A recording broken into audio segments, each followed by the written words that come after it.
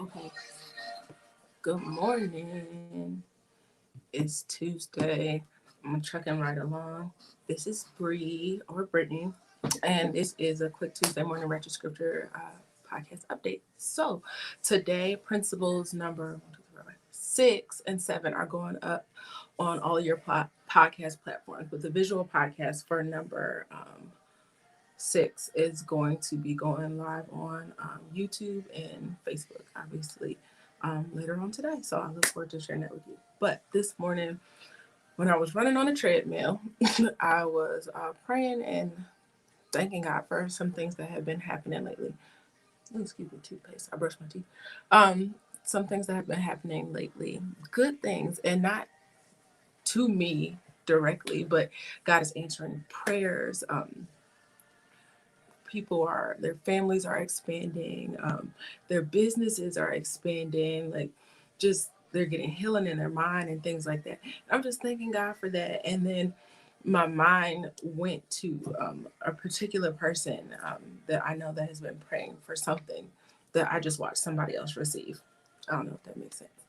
And of course, the parallel always goes to Hannah and Penina, however you want to say it. First Samuel chapter 1.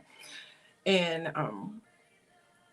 I've been in the church my whole life, and I've heard lots of messages preached about Hannah and Penina, and how Hannah was just so like distraught, and every narrative that I've heard has described Penina or Penina. I'm gonna go with Penina as being very just she was Hannah's adversary, and so they were like, she was vexing her, she was stressing her out, she did it so much that Hannah was crying. But one thing I just find really interesting is that the text never tells us what Penina said or what Penina did, and so sometimes it says and it doesn't preach well, or we just never thought to look. So I just went ahead and read it for myself. So first chapter of the first book of Samuel. So First Samuel chapter 1 verses, let's see, 2, starting at verse 2. And he had two wives. The name of the one was Hannah, the name of the other Penina. And Penina had children, but Hannah had no children. Boom. So we already know there's an issue. They're going on. I'm going to summarize. So they go up to worship every year. They go up to Shiloh to worship. And true to form, like everybody did, he went ahead and gave offerings to everybody, all of his children, all of his wives, so that they could go ahead and worship and make their sacrifices. Well, Penina had children, so he had to give her children something to sacrifice.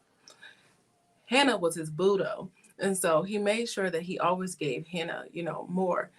But in this process, it says that, what does it say exactly? Verse 6, and her adversary also provoked her sore for to make her fret because the Lord had shut her womb. So it said that, but I think it actually mentioned it another time. Yeah. And it says, so he did, so year by year. So he did it, everything like that. And she went up to the house of the Lord. So she provoked her. Therefore, she wept and did not eat. And so I went ahead and looked it up in like the original language. I was like, so she provoked her. What did she do? Like, I don't know what she did. And the word translation that I found literally just was describing the fact that Hannah was vexed. It doesn't say that Penina said anything to her. And so I started thinking, and this is just me thinking, that maybe Penina didn't say anything. Maybe she did. Maybe I asked him, but maybe she did say something.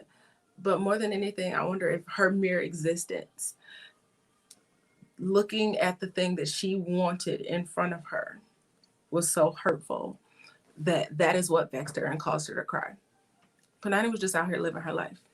Maybe. I don't know. I asked him in heaven. Maybe, probably not. I probably won't be worried about it by then. And so that got me to thinking about the things that I've wanted in times where I saw other people being blessed and it was their season and they were getting what they had. And the Lord had blessed me with many other things. I can't dance, might not be the best singer, but your girl can read a book. The Lord blessed me in that area. But looking at the way someone else is blessed and the timing in which somebody else is blessed and wanting that thing and allowing that to cause me to be just kind of despondent or upset. And I recognize, like, Lord, I am sorry for every time that, just so like Elkanah, Hannah and them husband, was legit upset with Hannah, like, I've been the bomb to you, and he was over here upset because she got kids. But I think about that. How I repent and I apologize to God for every time that He blessed me abundantly in the area.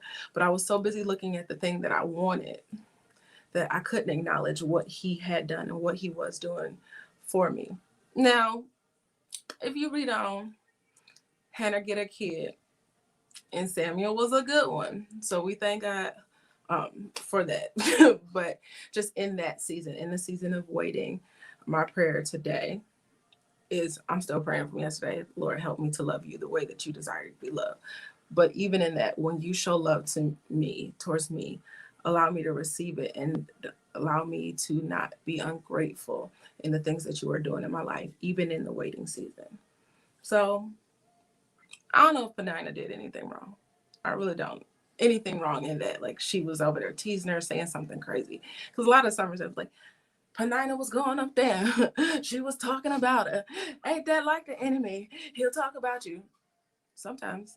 But sometimes he's just sitting there. And it is your own heart that is betraying you in that moment. So whatever it is, I'm praying that God will show me what it is in me, what it has been in me, and give me the peace and the love and the joy that only He can give, to wait with great expectation. Yeah. Happy Tuesday. I'm living for it. I'm going to finish combing my hair because it's doing something over here.